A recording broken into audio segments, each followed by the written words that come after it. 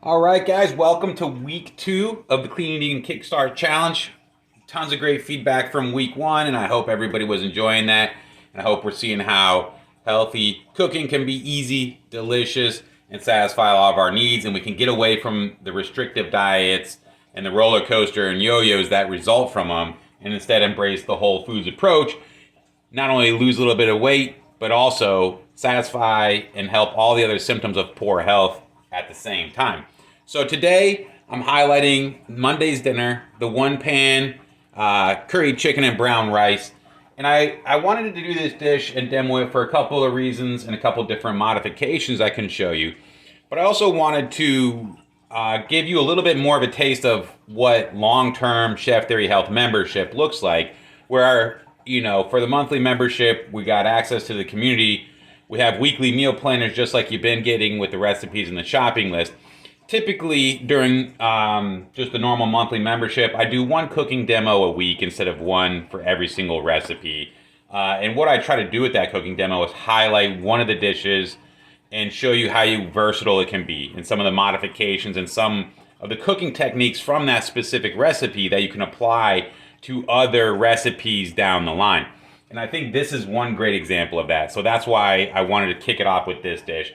I'm not going to do a cooking demo for all 5 dinners this week, but I am going to do another small educational video on a little bit of introduction to how to build a healthy plate and how that relates to my 7 secrets for success, and how we approach long-term success and apply the principles that I'm using from my framework to everyday meals. All right, so with that, let's jump into this dish.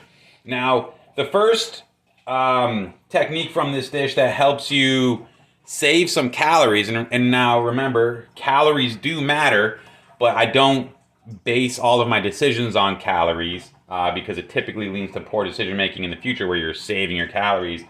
But when we cook with broth instead of oil, it does save us a few calories. So we start this dish off. Now I have chicken broth here. You could use vegetable broth. You could use bone broth. Even for this one, you could use beef broth if you wanted to. But I would recommend chicken broth or vegetable broth. So we're going to start the pan with that instead of oil. Now oil, typically, like I said last week, I'm cooking with olive oil, a very healthy source of monounsaturated fat and some antioxidants. But oil is very calorie dense, so there are a lot of calories that come along with it. And for clients that are first starting out with, I don't worry about that part of it. Almost every single client I've ever worked with started to lose weight without having to count calories or worry about that part of it. So I don't worry about that. But if somebody runs into a little bit of a plateau, this can be one spot we can save a couple calories and not sacrifice on taste. All right, so we have our chicken here. I cubed up a couple of breasts here, 1 pound worth. You could also buy the pre-diced pieces, and that would be just fine. So let's put that into our pan with our little bit of vegetable broth or chicken broth.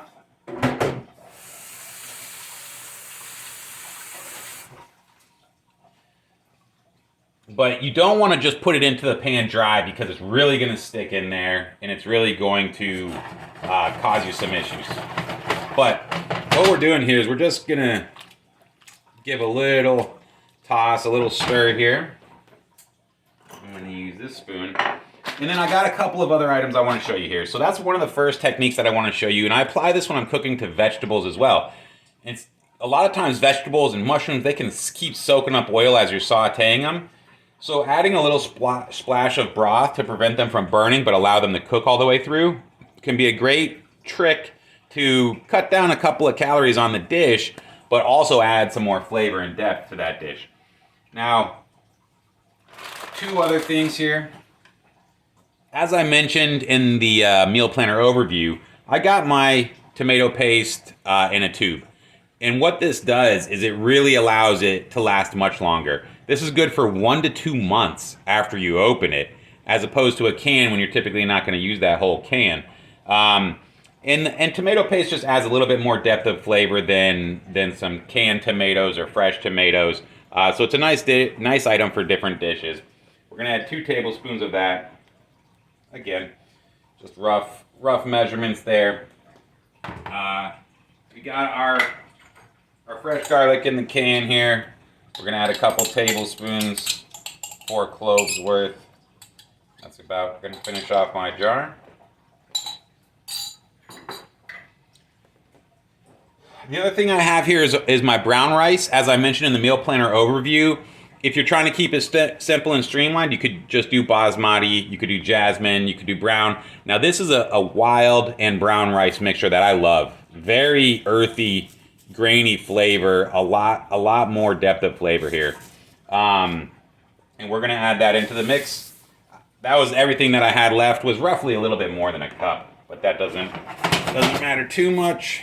Basically, when it comes to rice, you're going to do 2-to-1 ratio. Now, brown rice and wild rice, they do take a good 10 to 15 minutes, sometimes actually 20 to 25 minutes longer, almost double the time of regular rice, of regular white rice. Now, the recipe calls for peas. I got peas and carrots just to add one more vegetable. As I mentioned previously, I usually pack my meal planners with tons of vegetables, and I'll often throw extra ones in there.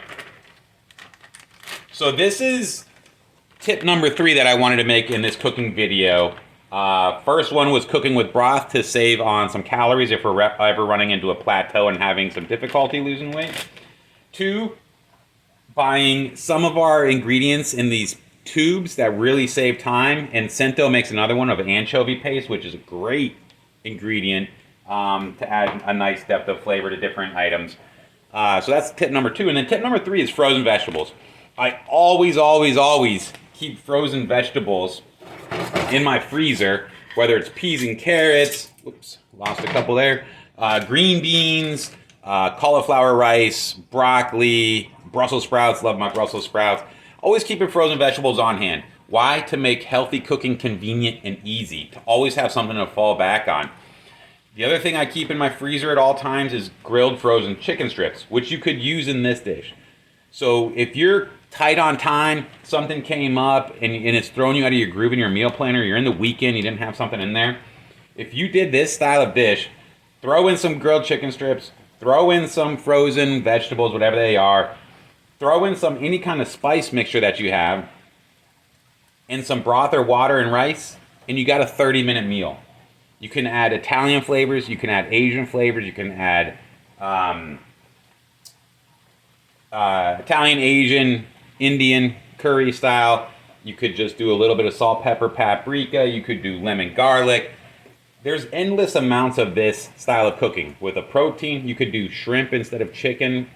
So there's a lot of different versatile ways you can do this one-pan cooking dish. That is a great fallback. Now curry, typically I do a little bit more variety in my meal planners where I wouldn't do one curry dish and then another yellow curry dish back-to-back weeks. But trying to keep this Kickstart Clean Eating Challenge simple and easy to give you guys a chance to get a little bit of momentum going. And so I wanted to keep your ingredient list a little bit smaller. But one thing I try to do in my meal planners is add variety throughout the weeks. And then slowly what that also allows us to do is slowly build up our spice cabinet and our herbs and all of our canned pantry ingredients that really come in to help making cooking healthy and easy, convenient. All right, so we added our curry powder. We got our tomato paste in there. We're just giving everything a little bit of a toast. And now we're gonna add the rest of our broth. Now, if you're doing 1 cup rice and you're gonna do 2.5 cups of broth, as I said, I added a little bit more rice than 1 cup. So I'm going a little bit more. So a little bit of splash extra in there. Okay. Now there is a little bit of, typically in your curry powders, there is a little bit of salt and pepper, but I'm going to add a little bit more just to bring out those flavors.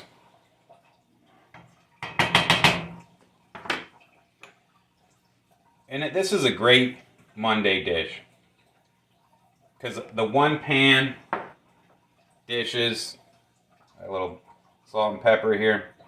One pan dishes, make it simple and easy. And in the recipe on the meal planner, it talks about popping it in the oven, which you could do. And this pan is oven safe with the metal handle. But not everybody has one, or if you had like a crock kind of casserole, you could do that. You could also bring this to a boil and throw it in a baking dish covered and pop that in the oven. Or simple enough, if you have a deep saute pan like this, even a bigger one with a decent sized lip skillet, we're just going to do it right on the stovetop. You're going to still cook it because it's brown rice for that 45 minutes about. But if you use white rice, you're just going to cook it for 20 minutes. The chicken will be done. Don't worry about that part of it. So what we're going to do, we're going to bring this up to a boil. I'm going to throw the lid on it. I'm going to set the timer for 40 minutes, and then we'll check back in. All right. So I just wanted to check back in. As you can see, our mixture has come to a nice full boil. We'll give it one more stir to make sure that all the ingredients are distributed evenly. And at this point is where we're going to cover it and either pop it in our oven, or we're going to set our stovetop timer, like I'm going to do, for 40 minutes. And we'll start, and we'll turn it down to a low simmer. And that's it. In 40 minutes, this will be done. We'll fluff it up, a little squeeze of lemon on it, and that's as easy it is for the Monday dinner. Last week we did our one pan sausage and rice and mushroom mixture with a little bit of dill. This week we're going to do the curry spice one. Quite often I include one of these dishes, not every single week, but a couple times a month for sure in the meal planners. Now, one quick tip. For Tuesday we have sweet potatoes on the menu. Now what I might do to save time, because a sweet potato takes usually over an hour to bake in the oven. If you're tight on time for Tuesday, bake your sweet potato tonight while this is cooking and while you're eating, and then it'll make for a 30-minute meal for Tuesday. So that's probably what I'm going to do, is bake off some potatoes, my sweet potatoes, ahead of time for an hour and 15 minutes. Really depends on how big they are. And then I'll be ready to just pop on my sheet tray with my salmon and my asparagus for the next meal. Just throw it all in the oven for 30 minutes, and that'll be quick, easy, and delicious for that night. Save you that extra hour, or, you can get started with it in that fashion. So I'm going to wrap up the video here. I'm not going to show you just fluffing the rice and putting it on a plate, because there's really not much more to finish from there. Trying to keep the videos quick and concise. Any questions, pop it in the comments below, and happy cooking. Good luck this week, folks, and I'm looking forward to seeing you on the next Q&A.